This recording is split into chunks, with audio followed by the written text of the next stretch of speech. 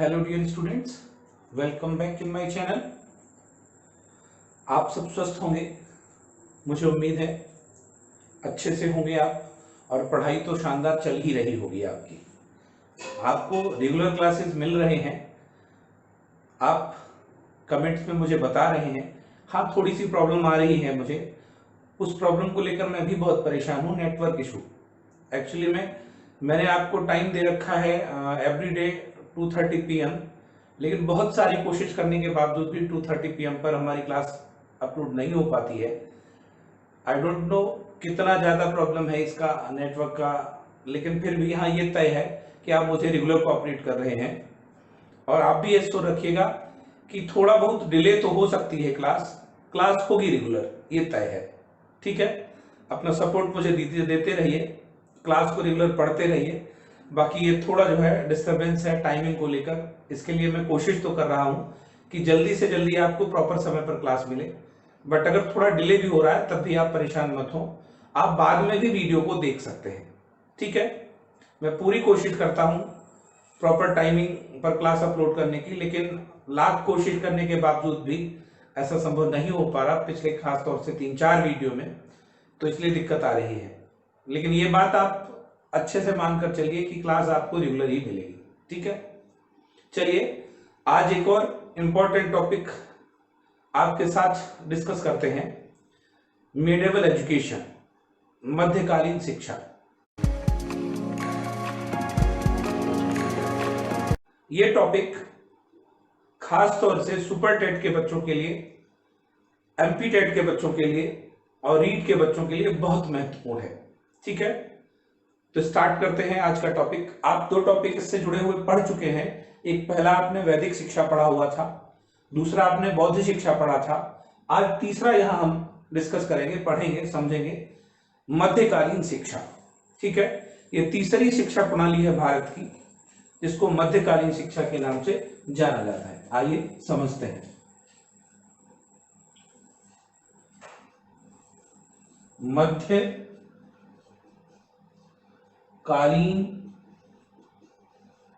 शिक्षा, medieval education इसे बोलते हैं। यहां सबसे पहला पॉइंट एग्जाम की दृष्टि से जो पूछा जा सकता है वो ये पूछा जा सकता है कि मध्यकालीन शिक्षा भारत की कौन सी प्रणाली। तो सीक्वेंस वाइज आप देखते जाइए पीछे के वीडियोस में, जो पिछले वीडियो अपलोड मैंने किए थे। वैदिक शिक्षा भारत की सबसे प्राचीन शिक्षा प्रणाली थी, इसलिए वो पहले नंबर पर आती है। उसके बाद में जो शिक्षा प्रणाली भारत में आई है वो है आपकी बौद्ध शिक्षा, और थर्ड नंबर पर कौन सी आ रही है, मध्यकालीन शिक्षा आ रही है। तो आप यहां समझने की कोशिश करेंगे इस शिक्षा को और किस किस नाम से पूछा जा सकता है। मेरा मानना है यही इंपॉर्टेंट है कि मध्यकालीन के नाम से इसे ज्यादा पूछा जा सकता है, लेकिन और किस नाम से इसे पूछा जा सकता है, इस शिक्षा प्रणाली के अन्य नाम क्या क्या हैं, इसे अन्य नाम से और भी जानते हैं, वो भी आपकी एग्जाम की दृष्टि से महत्वपूर्ण है। तो फिर मुगल कालीन शिक्षा,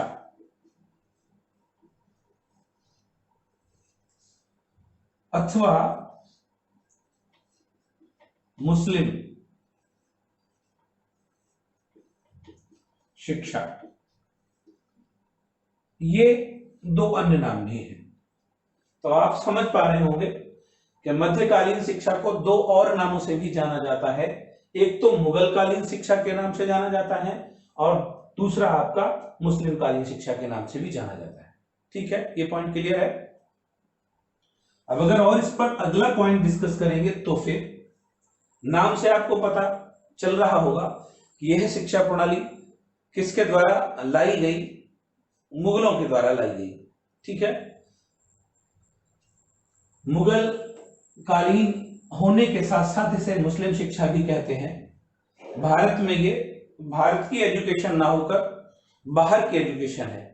ठीक है, अगर भारत की शिक्षा प्रणालियों पर चर्चा होगी तो सिर्फ दो होंगी, एक वैदिक शिक्षा होगी और दूसरी कौन सी होगी, बौद्ध। ये पहला एजुकेशन सिस्टम है जो भारत का नहीं था। कहां का था, बाहरी है, ये बाहरी शिक्षा प्रणाली।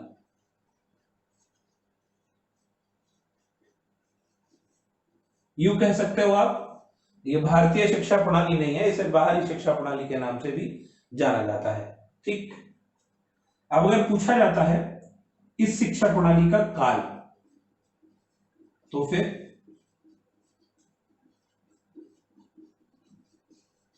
इस शिक्षा प्रणाली का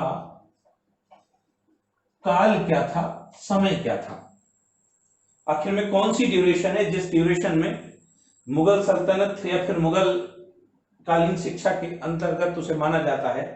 तो याद रखेंगे आप 1200 ईस्वी से अप्रोक्स 1700 ईस्वी तक। इसमें हो सकता कहीं कहीं आपको मतभेद मिले अलग अलग किताबों में, लेकिन यही है। कुछ किताबें ऐसे लिख रही हैं ये 1200 दिया गया, इसका मतलब 1200 ईस्वी से लेकर 1700, तो कभी कभी आगे भी पीछे हो जाता है, हो सकता 1800 ईस्वी तक भी दे। ठीक है, लेकिन ये प्रॉपर है, ये परफेक्ट है। अगर पूछा जाता है कि 1200 ईस्वी से 1700 ईस्वी के काल की एजुकेशन या शिक्षा प्रणाली को किस नाम से जाना जाता है, तब आपके इतने सारे ऑप्शंस आप देख सकते हो। मध्यकालीन शिक्षा प्रणाली, मुगल कालीन शिक्षा प्रणाली, या फिर मुस्लिम शिक्षा प्रणाली। वर्तमान दृष्टिकोण से ये वाला पॉइंट सबसे महत्वपूर्ण है, मध्यकालीन शिक्षा के नाम से इसे ज्यादा पूछा जा सकता है। ठीक है, क्योंकि आप भी समझते होंगे शायद इस नाम से पर्टिकुलर किसी वर्ग को रेफरेंस जा रहा है, बट ये मध्यकालीन शिक्षा प्रणाली थोड़ा सा स्टैंडर्ड पॉइंट है, इसलिए इस पर मैं ज्यादा गैस कर सकता हूं। ठीक है, बढ़े आगे कुछ और पॉइंट के साथ। चलिए देखते हैं। अभी हमने 2 पॉइंट क्लियर किए हुए हैं इस शिक्षा प्रणाली से। एक तो मध्यकालीन शिक्षा प्रणाली के और क्या नाम है, और दूसरा ये कि इस शिक्षा प्रणाली का काल क्या है, समय क्या है। अब देखते हैं इस शिक्षा प्रणाली का माध्यम, किस माध्यम से शिक्षा दी जाती थी। तो शिक्षा का माध्यम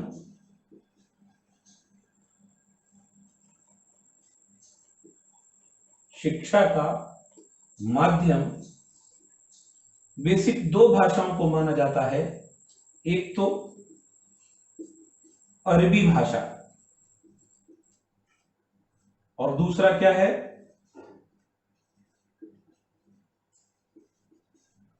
फारसी भाषा। अब अरबी और फारसी भाषाएं 2 भाषाएं। अगर पूछा जाता है कि मध्यकालीन शिक्षा का माध्यम कौन सी भाषाएं थी, तो फिर अरबी भाषा और फारसी भाषा।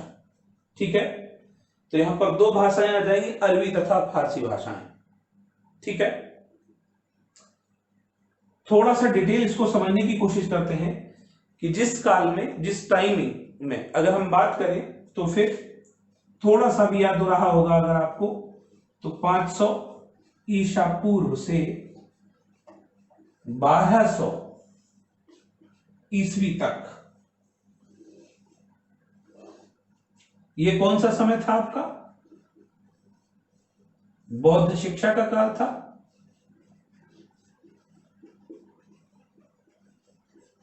लास्ट चैप्टर में हमने पढ़ा था, लास्ट वीडियो में, बौद्ध शिक्षा का काल। अब दोनों में देखो आप समानता, अगर कंपेयर करते हैं तो फिर जिस ड्यूरेशन में भारत में बौद्ध शिक्षा अपने चरम पर थी, ठीक है, उस ड्यूरेशन में भी, उस समय काल में ही अरब कंट्रीज में, अरब देशों में कौन सी शिक्षा अपने चरम पर थी, मध्यकालीन। दोनों पैरेलल है। ठीक है, लेकिन ये भारत में नहीं चलन में थी। भारत में कब आई, 1200 ईस्वी के बाद से आई है। ठीक है, ये पॉइंट क्लियर हुआ। तो ये कोई एकदम स्टार्टिंग पॉइंट नहीं है इसका 1200 ईस्वी से। ये अरब कंट्रीज में पहले से एस्टेब्लिश एजुकेशन थी, लेकिन भारत के लिए अगर पूछा जाएगा तो नई एजुकेशन थी। इसमें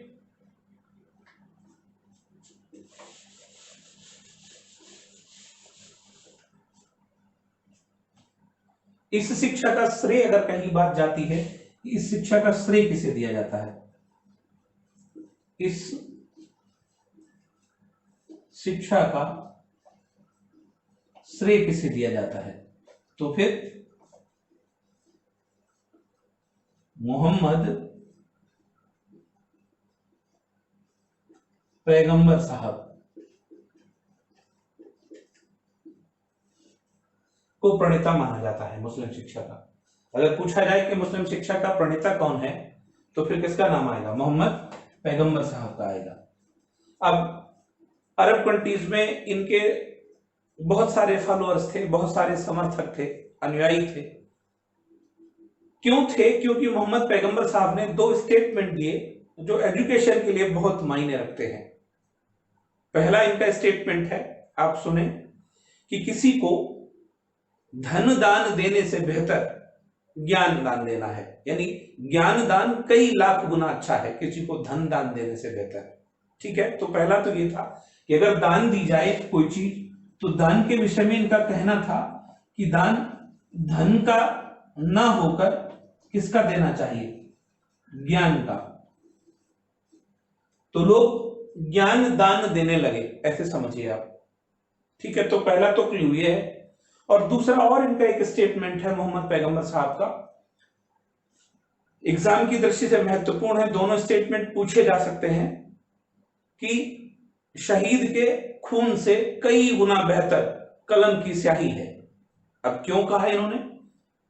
मेरा अपना मानना है, जहां तक मैंने इस चीज को अंडरस्टैंड किया है, कि शहीद का खून आजादी तो दिलाता है, लेकिन शहीद के खून में आजादी से लड़ने की शक्ति किससे मिलती है? एजुकेशन से मिलती है, शिक्षा से मिलती है, सही एजुकेशन से।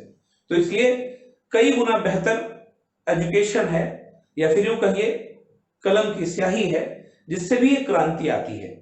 ठीक है, तो 2 स्टेटमेंट है मोहम्मद पैगंबर साहब के, इसलिए इनको मध्यकालीन शिक्षा या फिर मुस्लिम शिक्षा का श्रेय दिया जाता है, कि मुस्लिम शिक्षा का श्रेय किसको दिया जाता है? मोहम्मद पैगंबर साहब को दिया जाता है। और ये इनके 2 महत्वपूर्ण स्टेटमेंट हैं। ठीक है, एक तीसरा क्लू और आप समझने की कोशिश करें। मुस्लिम धर्म का जो पवित्र ग्रंथ है, ये पॉइंट एकदम नया होगा। कौन सा है? कुरान। पवित्र किताब क्या है इनकी? कुरान है, राइट, कुरान। और कुरान की जो पहली आयत है, पहली आयत, अब आयत क्या है? पैरेलल कह सकते हो, चौपाई की तरह होती है। इनकी पवित्र किताब में जो आयतें लिखी हैं, उनमें पहली आयत में एक शब्द का प्रयोग हुआ है। वो शब्द कौन सा है? इकरा। इकरा शब्द है, जिसका आशय अगर पूछा जाता, इकरा शब्द का आशय क्या है, तो इकरा शब्द का आशय है पढ़ा। अब सच में किसने कितना पढ़ा है, इससे भी अंतर आता है। तो समझिए आप, इनकी कुरान की पहली आयत में भी एक शब्द का प्रयोग हुआ है जिसका नाम इकरा है, और उसका अर्थ किससे लगाया जाता है? पढ़ा। तो दोनों चीजें समझिए, एक तो मोहम्मद पैगंबर साहब का फोकस करना शिक्षा के ऊपर, और कुरान की पहली आयत भी यहां पर इंडिकेट करती है, निर्देश करती है एजुकेशन के लिए। इसलिए इस एजुकेशन में एक चीज समझने की कोशिश करें, शिक्षा अनिवार्य विषय था, ये समझिए। यानी कह सकते हो, पॉइंट में मेंशन करूंगा, अगर यहां बात की जाएगी तो समझिए शिक्षा सभी के लिए अनिवार्य थी।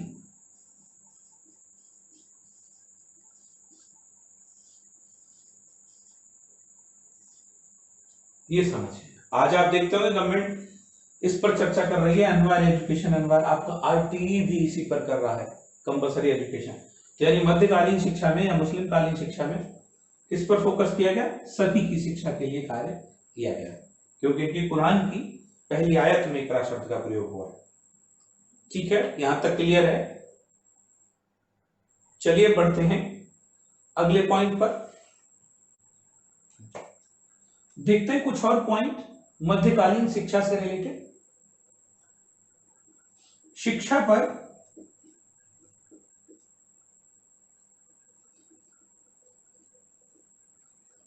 राज्य का नियंत्रण था।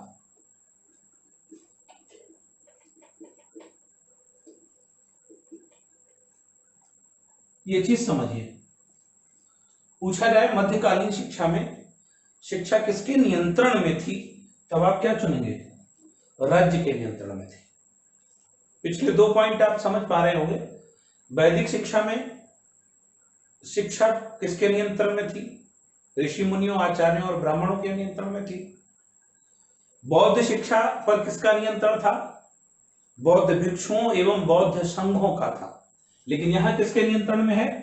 राज्य के नियंत्रण में है। वर्तमान में पूछा जाता है, आज के सिनेरियो में अगर पूछा जाता है कि शिक्षा किसके नियंत्रण में है, तो शिक्षा समवर्ती सूची का विषय है केंद्र और राज्य दोनों के नियंत्रण में है।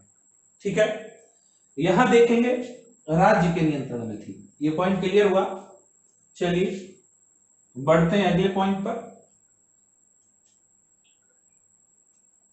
शिक्षा का प्रमुख उद्देश्य क्या था?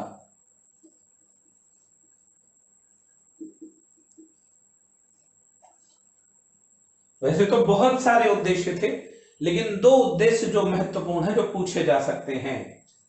एक सबसे पहला है आपका इस्लाम धर्म का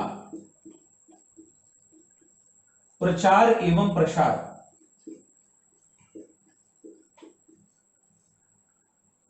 किस धर्म का? इस्लाम धर्म का प्रचार एवं प्रसार। ये एक उद्देश्य था जो सबसे बड़ा उद्देश्य माना जाता था। और दूसरा उद्देश्य कौन सा था? दूसरा उद्देश्य था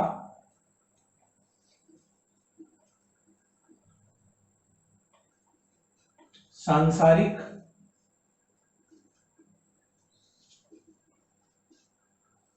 ऐश्वर्य की प्राप्ति। इसे कहिए आप लौकिक सुख की प्राप्ति। कितना अच्छा उद्देश्य है। पूर्व जन्म में इनका विश्वास रही है, इनका मानना था कि भौतिक संसाधनों का ज्यादा से ज्यादा प्रयोग किया जाए और ज्यादा से ज्यादा जिंदगी को सुखमय बनाया जाए। इसलिए 2 उद्देश्य हैं, एक तो इस्लाम धर्म का प्रचार। अब 2 चीजें फिर क्यों? क्योंकि मोहम्मद पैगंबर साहब ने कहा था किसी को धन दान देने से बेहतर क्या है? ज्ञान का दान। तो इस्लाम धर्म का प्रचार करना इनका मतलब था कि हम आज बहुत अच्छा कार्य कर रहे हैं, किसी को इस्लाम की शिक्षा देकर दान देने का काम कर रहे हैं। और आज भी आप देखते होंगे कई बार ये चीज आती है, इस्लाम धर्म का प्रचार ही कर रहे होते हैं ये लोग अलग अलग तरीके से। ठीक है, तो सांसारिक ऐश्वर्य की प्राप्ति, ये 2 बहुत महत्वपूर्ण उद्देश्य हैं यहां पर। तीसरी अगर और विशेषता यहां पर जोड़ी जाती है तो क्या होगा? निशुल्क शिक्षा।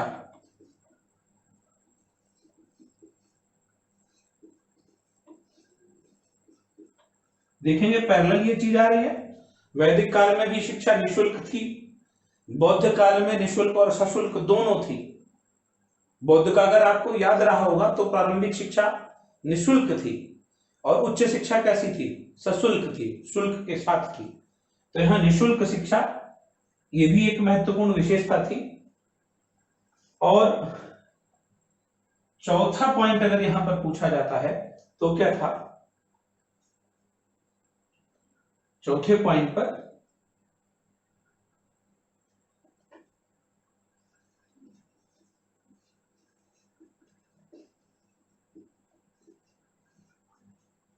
छात्रवृत्तियों का भी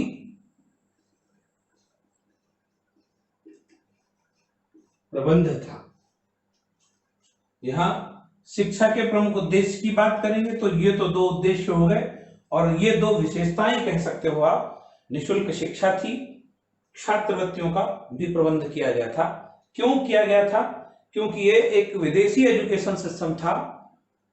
पैसे के कारण भी कुछ लोग इस धर्म को स्वीकार करते थे, तो ये भी इनका प्रयोग था। ये चीजें क्लियर हुई। देखिए आप, बढ़ते हैं नेक्स्ट पॉइंट पर।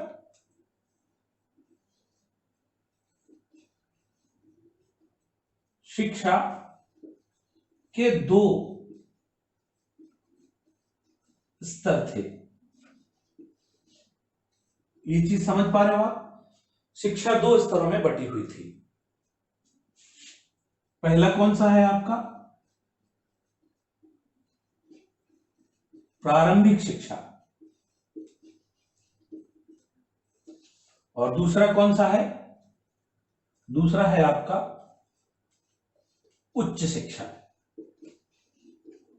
यहां के कुछ पॉइंट इतने इंपॉर्टेंट हैं जिनको समझना आपके लिए बहुत आवश्यक होगा। ठीक है, समझते हैं पहले प्रारंभिक शिक्षा को। इससे रिलेटेड अगर कोई क्वेश्चन पूछा जाएगा तो फिर क्या क्या पूछा जा सकता है? सबसे पहले तो प्रारंभिक शिक्षा का केंद्र।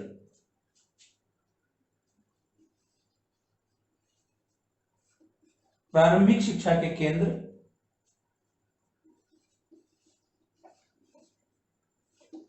मकतब होते थे। ठीक है, ये चीज बहुत बहुत महत्वपूर्ण है।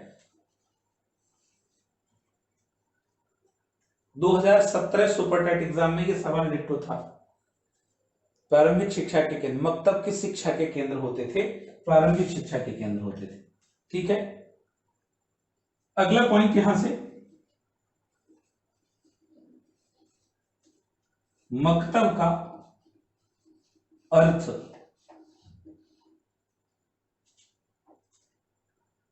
मकतब का अर्थ वह स्थान जहां लिखना पढ़ना सिखाया जाता है।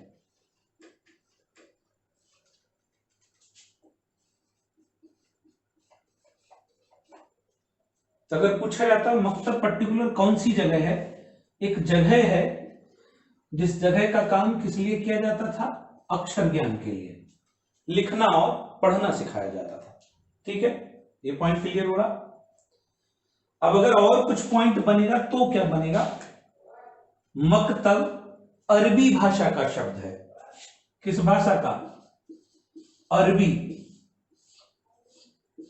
मकतब अरबी भाषा का शब्द है। अब मकतब का अर्थ क्या है? वो स्थान जहां पर बच्चे को लिखना और पढ़ना सिखाया जाता है। दोनों चीजें क्लियर हो रही हैं यहां पर? ठीक है, अगर आगे इस पॉइंट पर हम बढ़ेंगे तो फिर तीसरी बात, तीसरा महत्वपूर्ण पॉइंट क्या है? प्रारंभिक शिक्षा की शुरुआत।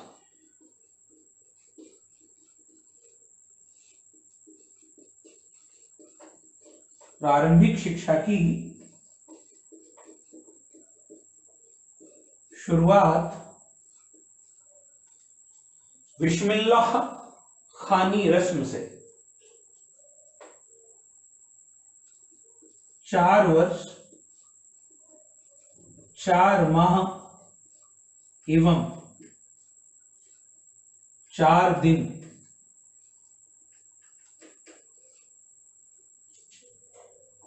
की आयु के बाद किससे होती थी? बिस्मिल्लाह खानी रस्म से की जाती थी। प्रारंभिक शिक्षा की शुरुआत 4 वर्ष 4 माह एवं 4 दिन की आयु के बाद, ठीक है, कभी भी रस्म से की जाती थी।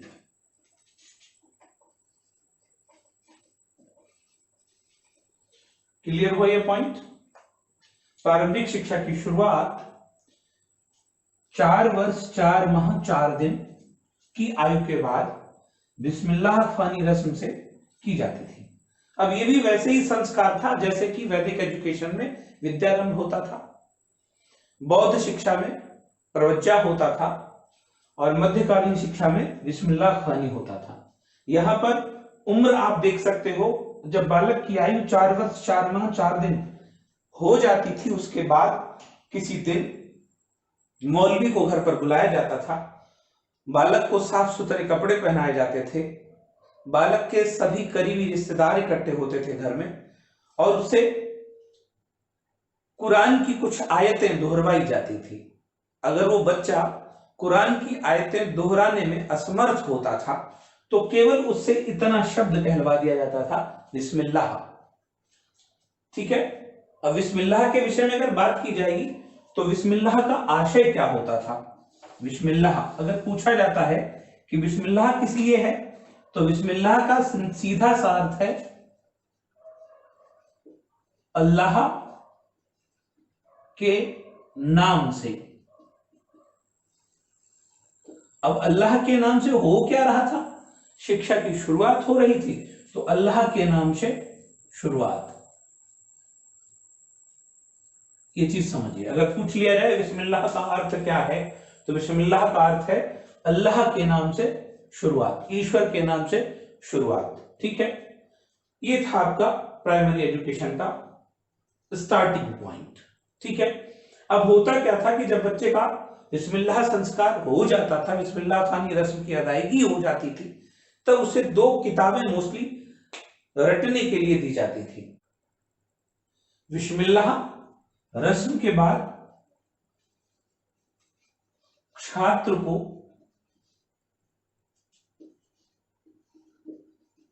दो बाल पोथियां,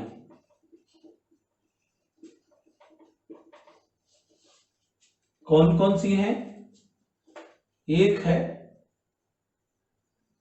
गोस्तां और दूसरी है गुलिस्तां। ये 2 बाल पोथियां क्या करा जाता था, रटवाई जाती थी।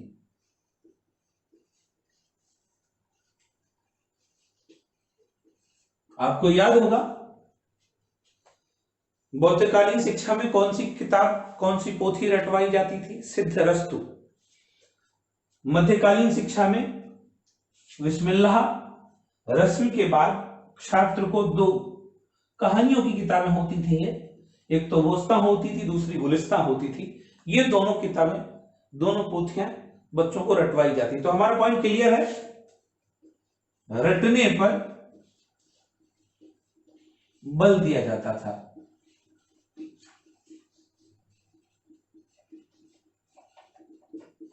मुस्लिम कालीन शिक्षा में भी, मुगल कालीन शिक्षा में भी किस विधि पर, रटने की विधि पर बल दिया जाता था, और बाकी तो थी ही सारी की सारी।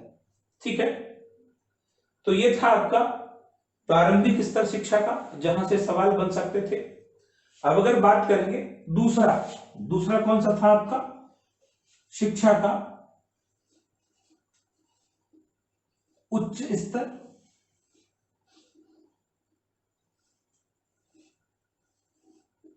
अब पूछा जाए उच्च शिक्षा के केंद्र क्या होते थे,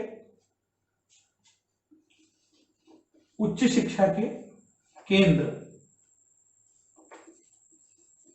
मदरसे होते थे। उच्च स्तर की शिक्षा के केंद्र मदरसे होते थे। मदरसा भी किस भाषा का शब्द है, मदरसा अरबी भाषा का शब्द है। दोनों पॉइंट क्लियर हो चुके हैं। मकतब भी अरबी भाषा का शब्द था, मदरसा भी अरबी भाषा का शब्द है। मदरसा का आशय अगर पूछा जाए कि मदरसा का आशय किससे लगाया जाता था, तो मदरसा का आशय लगाया जाता था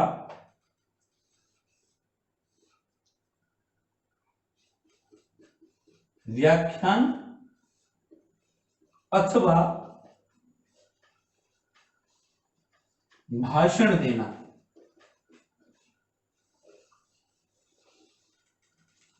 क्लियर हुआ। उच्च शिक्षा के केंद्र, उच्च स्तरीय शिक्षा के केंद्र क्या होते थे, मदरसे होते थे। मदरसा अरबी भाषा का शब्द है, या यूं कह सकते हो अरबी भाषा के दरस से बना है।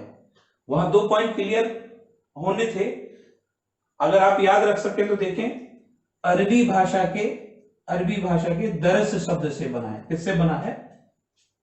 मदरसा, क्लियर यहां करते हैं, अरबी भाषा के दरस शब्द से बना है, ठीक है। और मकतब अरबी भाषा के कुतुब शब्द से बना था। ये पॉइंट पीछे मिस हुआ था, आप याद रख सकते हैं कि मकतब अरबी भाषा के कुतुब शब्द से बना है, और कुतुब वो स्थान है जहां पर अक्षर ज्ञान कराया जाता था।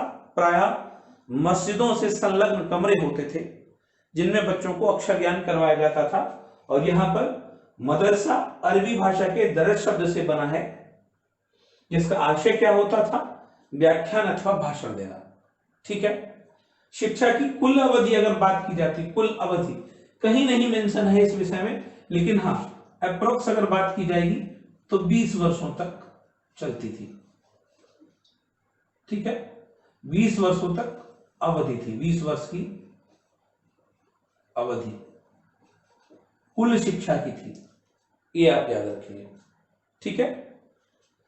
महिलाओं को शिक्षा का अधिकार था, लेकिन पर्दा प्रथा की वजह से प्रॉपर शिक्षा प्राप्त नहीं कर पाती थी, इसलिए कुलीन घरों की महिलाओं को ही शिक्षा उपलब्ध हो पाती थी, ठीक है।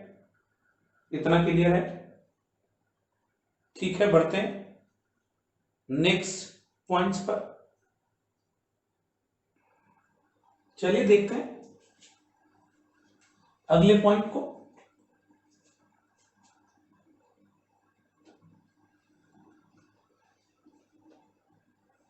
शिक्षा में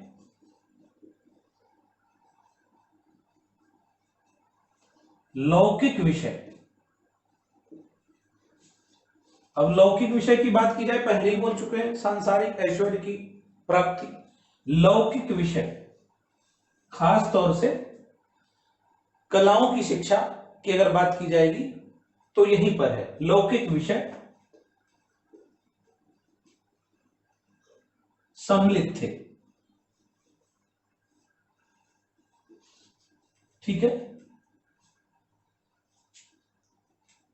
छात्रों को दंड भी दिया जाता था, दंड की व्यवस्था थी। नॉर्मल तो ऐसा नहीं होता था, लेकिन हाँ दंड, अगर कहीं दंड की बात की जाए तो शारीरिक दंड, शारीरिक दंड की व्यवस्था होती थी। अब आप सोच लो, मतलब सिंपल सी बात है, डंडे तो नहीं पड़ते थे, कोड़े पड़ते थे। दंड की व्यवस्था कैसी थी? शारीरिक थी। पिछले जितने एजुकेशन सिस्टम पढ़े हमने आपके वैदिक या फिर बौद्ध में, वहां पर शारीरिक दंड की व्यवस्था थी तो, लेकिन वहां पर क्या होता था, मोस्टली उपवास करवा दिया जाता था, भूखा रखा जाता था लोगों को। लेकिन यहां समझिए शारीरिक दंड था, या इसका मतलब कोड़ों से मार होती थी, कोड़ों से पिटाई होती थी। गलत कार्य करने के लिए क्या पढ़ते थे? कोड़े पढ़ते थे, ठीक है। अगले पॉइंट पर अगर हम चर्चा करेंगे तो फिर देखिए आप, एक विधि तो हम पढ़ चुके हैं रटने पर, तो रटने की विधि तो थी ही, अगर इसके साथ कुछ पूछा जाएगा तो कौन सी थी? हाँ वही जो आप पीछे पढ़कर आए, वाद विवाद विधि थी, शास्त्रार्थ भी होता था।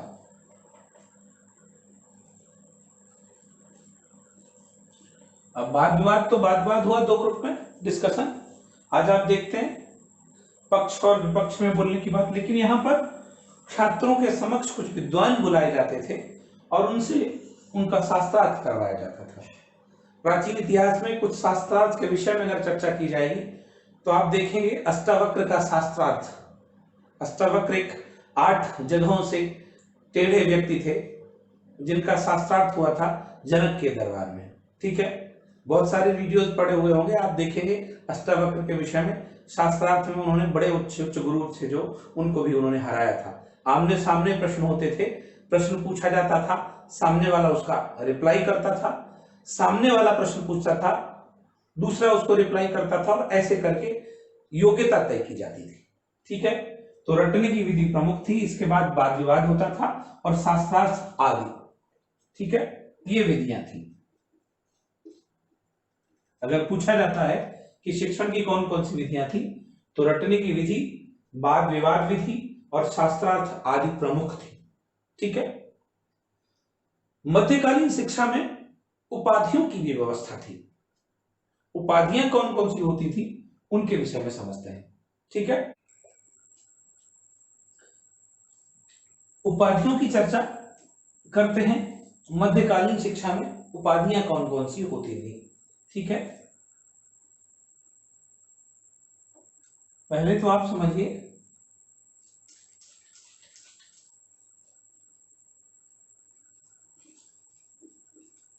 उपाधियां। उपाधियों की व्यवस्था में 3 उपाधियां होती थी। अगर ऐसे ही पूछा जाता है कितनी उपाधियां दी जाती थी, तो 3 उपाधियां दी जाती थी।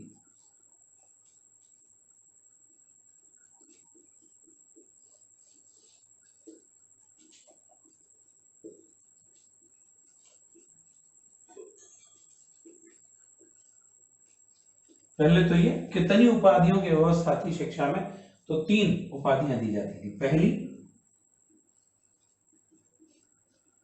धर्म, और धर्म भी कौन सा, खासतौर से इस्लाम।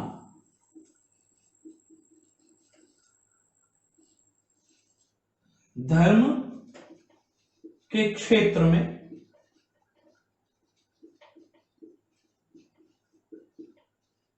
विशेष योगदान देने वाले को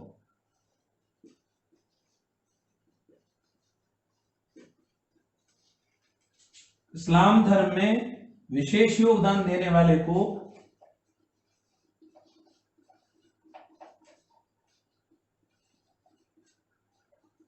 आमिल, कौन सी उपाधि मिलती थी, आमिल। राइट, दूसरा कौन सा था, अरबी तथा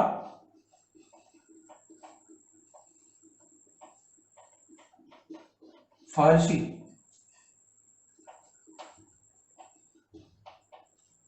साहित्य में विशेष योगदान देने के लिए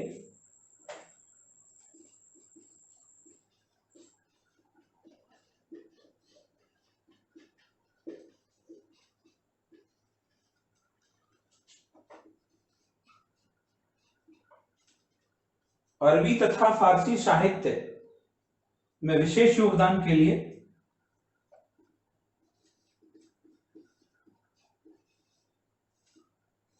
कावी की उपाधि दी जाती थी। और तीसरा था आपका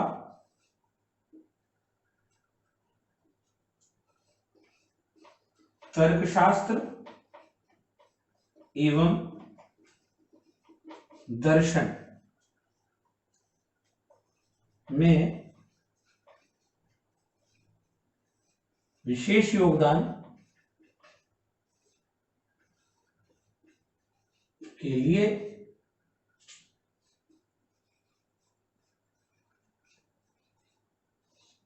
फाजिल, ये 3 उपाधियां प्रदान की जाती थी। इस्लाम धर्म में विशेष योगदान देने वाले को कौन सी डिग्री मिलती थी, कौन सी उपाधि मिलती थी, आमिल मिलती थी। अरबी तथा फारसी साहित्य में विशेष योगदान देने वाले को काबिल की उपाधि मिलती थी। और तर्कशास्त्र एवं दर्शन शास्त्र में विशेष योगदान देने वाले को कौन सी डिग्री दी जाती थी, कौन सी उपाधि दी जाती थी, फाजिल। तो यहां पर अगर पूछा जाता कि 3 उपाधियां कौन कौन सी थी, आमिल, काबिल और फाजिल, ये भी संभव है कि यहां का सवाल नेगेटिव पैटर्न पर जा सकता है। 3 यहां से दी जा सकती हैं, एक कहीं और से डाली जा सकती है, और आपसे सवाल में पूछा जा सकता है कि कौन सी उपाधि नहीं थी। तो आपकी इस दृष्टि से भी ये तीनों इंपॉर्टेंट हैं। और पर्टिकुलर ऐसे भी पूछा जा सकता है कि किस विषय में कौन सी उपाधि दी जाती थी, आमिल, काबिल, फाजिल, लेकिन आमिल यहाँ पर अगर आमिल की बात चल रही तो आमिल आपका इस्लाम धर्म में विशेष योगदान के लिए है, अरबी तथा फारसी साहित्य के लिए काबिल होती थी, और तर्क एवं दर्शन शास्त्र में कौन सी होती थी, फाजिल होती थी। ठीक है, चलिए बढ़ते हैं नेक्स्ट पॉइंट पर। मध्यकालीन शिक्षा में प्रमुख शिक्षा केंद्र यानी प्रसिद्ध शिक्षा केंद्र, अगर पूछा जाता है शिक्षा के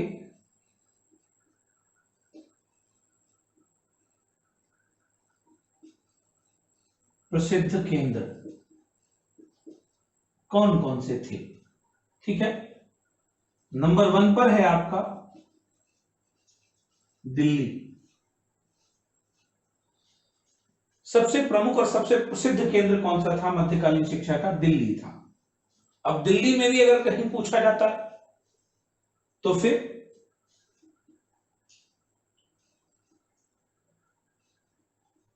मदरसा ये मुअज्जी,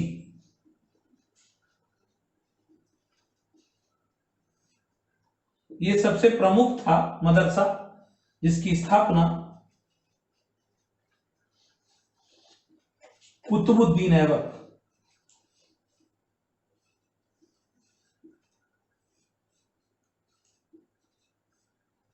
के द्वारा की गई थी।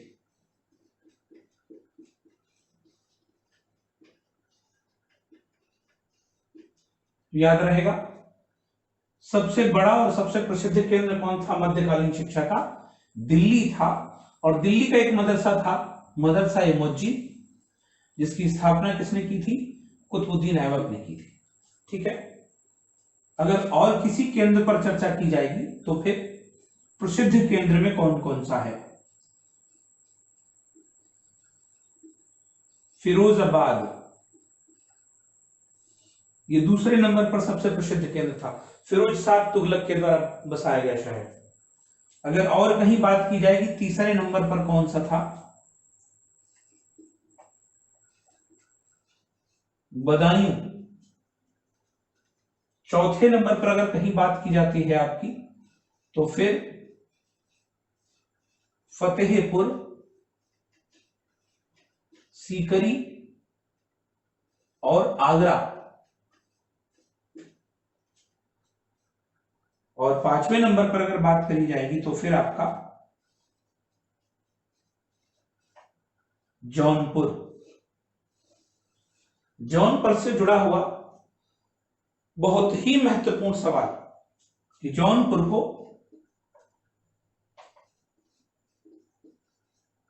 मुगल बादशाह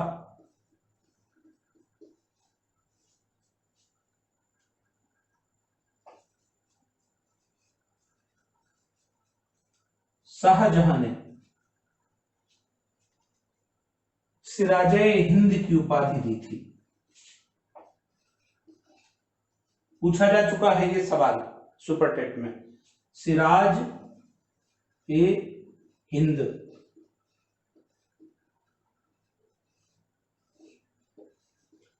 की पदवी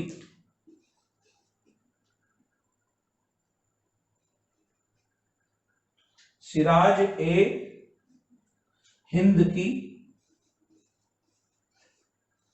पदवी प्रदान की थी।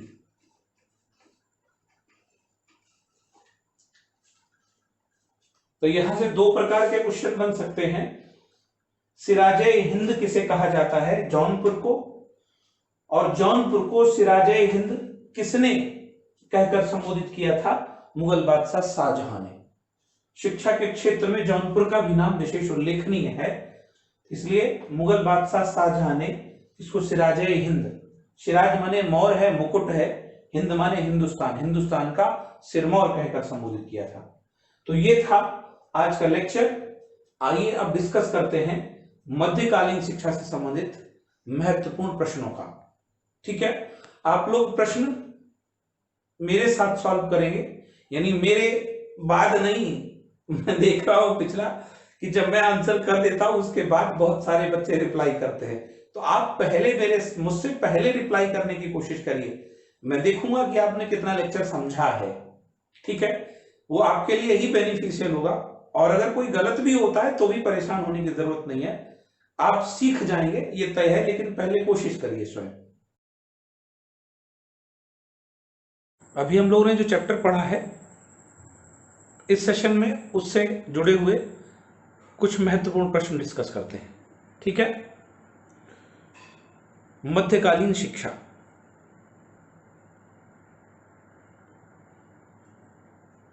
देखते हैं एक एक करके प्रश्न और उनके आंसर्स। चलिए बढ़ते हैं पहले क्वेश्चन की ओर। आप बहुत सोच समझ कर आंसर करेंगे, बिल्कुल भी जल्दबाजी नहीं होगी, मैं कोई क्लू नहीं दूंगा आपको। मध्यकालीन शिक्षा, फर्स्ट क्वेश्चन इज, मध्यकालीन शिक्षा प्रणाली का काल था। ये चीज क्लियर है कि ये तीसरी शिक्षा प्रणाली थी भारत की। अब इसमें हमें तय करना है कि कौन सा काल था, ठीक है, मध्यकालीन शिक्षा प्रणाली का। ऑप्शन ए 1000 ईसा पूर्व से 1500 ईसा पूर्व तक। बी ऑप्शन 1200 ईसा पूर्व से 1700 ईसा पूर्व तक। सी ऑप्शन 1300 ईसा पूर्व से 1800 ईसा पूर्व तक। और अंतिम डी ऑप्शन है आपका 1200 ईस्वी से 1700 ईस्वी तक। आप आंसर करेंगे, सोचकर आंसर करेंगे। चलिए, ऑप्शन ए 1000 ईसा पूर्व से 1500 ईसा पूर्व तक, बी 1200 ईसा पूर्व से 1700 ईसा पूर्व तक, सी 1300 ईसा पूर्व से 1800 ईसा पूर्व तक, और डी है 1200 ईस्वी से 1700 ईस्वी तक। अगर आपने बी ऑप्शन चुना है तो मैं आपको बताना चाहता हूं कि बी बिल्कुल गलत है। 1200 ईसा पूर्व नहीं होगा, 1200 ईस्वी होगा, इसलिए डी इज राइट आंसर। 1200 ईस्वी से 1700 ईस्वी तक, ठीक है। चलिए, वेरी गुड, बढ़ते हैं नेक्स्ट क्वेश्चन पर। क्वेश्चन नंबर 2, मध्यकाल में प्रारंभिक शिक्षा के प्रमुख केंद्र थे। आप बहुत आसानी से आंसर करेंगे इसका। मध्यकाल में प्रारंभिक शिक्षा के प्रमुख केंद्र थे। ऑप्शन ए मदरसा, ऑप्शन बी मकतब, ऑप्शन सी गुरुद्वारा, ऑप्शन डी विहार। मदरसा, मकतब, गुरुद्वारा, विहार। Very good, B is right, मकतब। प्रारंभिक शिक्षा के केंद्र क्या थे? मकतब होते थे। और उच्च शिक्षा के केंद्र क्या होते थे? मदरसे होते थे। चलिए बढ़ते हैं नेक्स्ट क्वेश्चन पर। क्वेश्चन नंबर 3, मुस्लिम शिक्षा में बालकों के नैतिक एवं चारित्रिक विकास के लिए कौन सी पुस्तक पढ़ाई जाती थी? मुस्लिम शिक्षा में बालकों के नैतिक एवं चारित्रिक विकास के लिए कौन सी पुस्तक पढ़ाई जाती थी? Option A Tripitaka, option B Bostan, option C Gulistan, option D बी बसी दोनों। अभी आपने पढ़ी थी, D is right answer. Bostan और गुलिस्ता दो पोथियां होती थी जो बिस्मिल्लाह खानी रस्म के बाद बालकों को रटवाई जाती थी, पढ़ाई जाती थी। उनका उद्देश्य होता था कि वो मोरल कहानियों से जुड़ी हुई किताबें थी, तो नैतिक एवं चारित्रिक विकास के लिए वो किताबें महत्वपूर्ण थी। ठीक है, समझ आया होगा आपको। बढ़ते हैं नेक्स्ट क्वेश्चन पर। क्वेश्चन नंबर 4, मुस्लिम काल में साहित्य के क्षेत्र में छात्रों को प्रदान की जाने वाली उपाधि थी। साहित्य के क्षेत्र में 3 उपाधियां थी। साहित्य के क्षेत्र में कौन सी उपाधि दी जाती थी? ऑप्शन ए काबिल, ऑप्शन बी आमिल, ऑप्शन सी फाजिल, ऑप्शन डी शामिल। अगर आपने पढ़ा होगा तो डी तो पूरी तरीके से क्लियर है, ये तो है ही नहीं। 3 उपाधियां दी जाती थी, आमिल, काबिल और फाजिल, तो ए इज राइट आंसर, काबिल। ठीक है। साहित्य, अरबी एवं फारसी साहित्य में विशेष योगदान देने वाले को कौन सी डिग्री दी जाती थी? काबिल की डिग्री दी जाती थी। ठीक है, चलिए बढ़ते हैं नेक्स्ट क्वेश्चन की ओर। क्वेश्चन नंबर 5, मुस्लिम काल में दी जाने वाली उपाधियों में से कौन सी एक उपाधि नहीं थी? नेगेशन पैटर्न का सवाल। मुस्लिम काल में दी जाने वाली उपाधियों में से कौन सी एक उपाधि नहीं थी? ऑप्शन ए आमिल, ऑप्शन बी फाजिल, ऑप्शन सी तामिल, ऑप्शन डी काबिल। आमिल, काबिल, फाजिल 3 थी, तामिल का कोई मतलब यहां नहीं है, सी आपका आंसर होगा। ठीक है, आमिल दी जाती थी, काबिल दी जाती थी, फाजिल दी जाती थी, तामिल का कोई यहां अर्थ नहीं है। चलिए बढ़ते हैं नेक्स्ट क्वेश्चन पर। क्वेश्चन नंबर 6,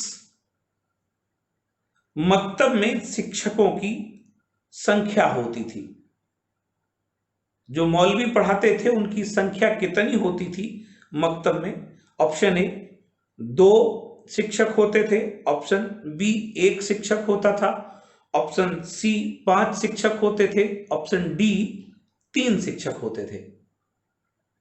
आप रिप्लाई करें।